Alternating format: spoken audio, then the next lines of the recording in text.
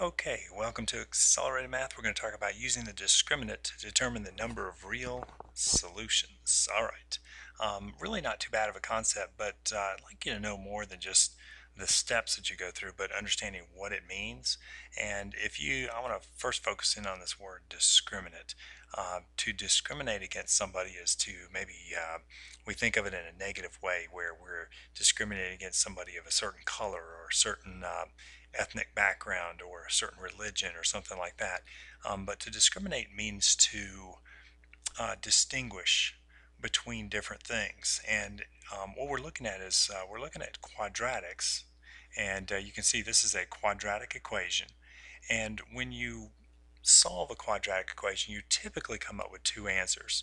And if you equate that to its graph, it's usually a parabola. And I'm just going to draw a quick parabola here for this. It doesn't necessarily match this one, but and what you'll notice is that the two solutions you come up with are the two locations that it crosses the x-axis. These are known as solutions, zeros, roots, and one more thing, x-intercepts. Well, there it is. And when you're going through the formula, everything is pretty much the same until the end, where all of a sudden you distinguish between the two solutions. You work it out, and as you're going through the formula, it's only when you do this plus or minus portion here of what's under this square root do you distinguish between the two answers. So that's kind of where this is called the discriminant. So we're going to look under that square root, and what's under there is b squared minus 4ac, and that portion is going to be called the discriminant, and that helps us distinguish between the two roots, because one of the things, or one of the solutions or x-intercepts, is going to be plus all that mess, and the other one is going to be minus all that mess. Okay, so that's going to distinguish between those two answers. Okay, so with that said, let me just kind of go back to this for a second. I'm not really sure what this has to do with anything, but this is incredible. I would discriminate. I would be able to distinguish this individual for the tattoo that they have on the back of their neck. The person behind them in math class could cheat off of them. All right, well, let's put it away. That had nothing to do with it. But just thought that was interesting. All right, we're going to put our quadratic formula over here. We're going to shrink it down a little bit too. And let's take a look at this first problem. And I'm going to list the A, B, C values, A, B, and C. And I'm going to simply, instead of doing the entire thing, I'm really just going to do what's under the square root, b squared minus 4ac. In fact, I don't even really include the square root to find this discriminant. So it's 4 squared minus 4 times whatever a is, in this case is 9, times whatever c is, in this case is 7. So I get 16 minus 36 times 7, and 36 times 7, 36 times 7, 252. All right, so 252. So 16 minus 252 gives us a pretty large negative number, specifically what, 236, I believe. Okay, all right, so that's the solution that we're getting for the discriminant. Okay, and the discriminant tells us what we're going to find is we're going to break it down into three categories. If the discriminant is negative, then we're going to find that we have 0 real solutions, and I'll make this a little more understandable in a minute.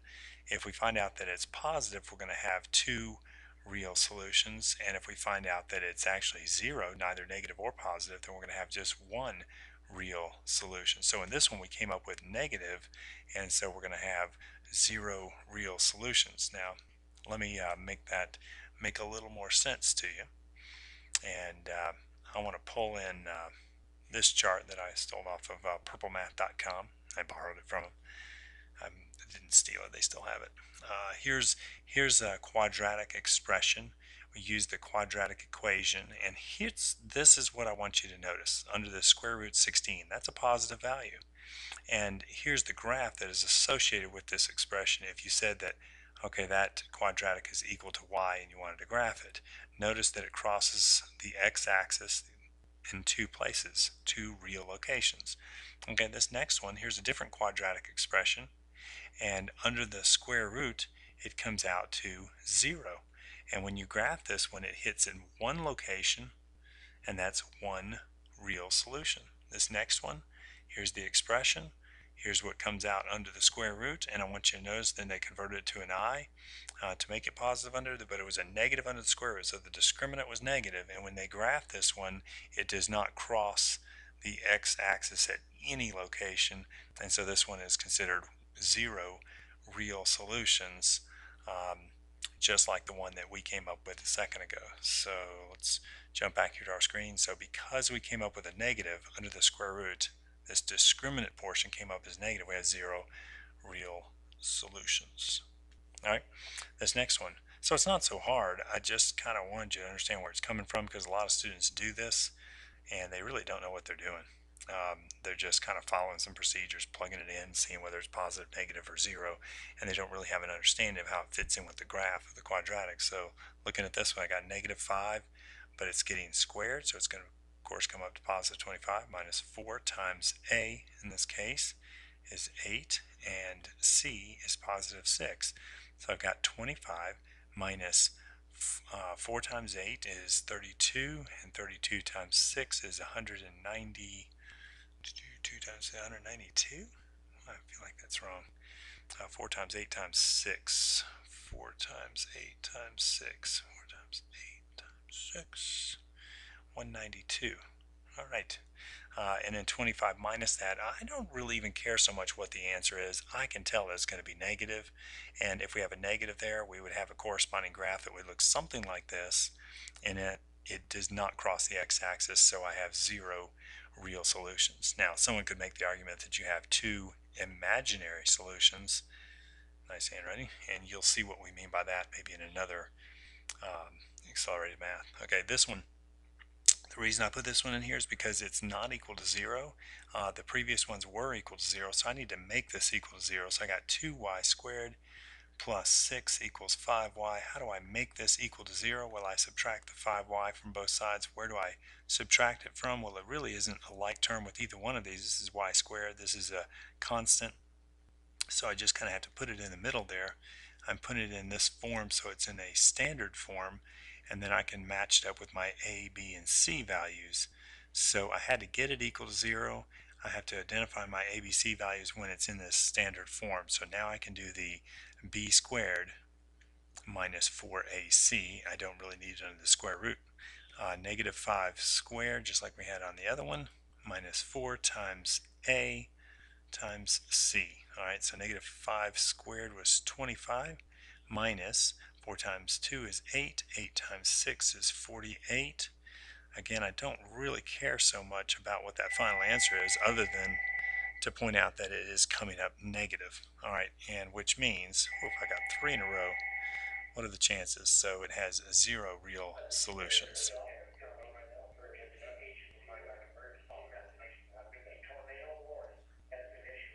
Alright, I've got z squared equals negative 4z minus 9, and I'm going to set it to 0 first because it's not in that standard form. So I'm going to add 4z and add 9 to both sides, plus 4z and plus 9 to both sides. And right over here, I'm going to arrange it in standard form. So z squared plus 4z plus 9 equals 0. It didn't have like terms anywhere in there. So now I've got my a, b, and c values. We're going to go to our formula, negative b plus or minus, started the quadratic formula, b squared minus 4ac, just what was under the square root symbol. So let's see if we can get one that's not coming up negative. B squared is 4 squared minus 4 times a. In this case, a is 1. There is no coefficient there, so it's a 1. And the c is 9. I've got 16 minus 4 times 1 times 9, so 16 minus 36, and I come up again with a negative under the square root, so it's 0. If I had come up with a positive value, like positive 20, it would have been 2 values. That would have equated to a graph that would have crossed in 2 locations based on a positive discriminant. And if it had come up as 0 under the square root, then it would have equated with a graph that came and touched it in one place like that, and that would have been one real solution. All right, have fun with that.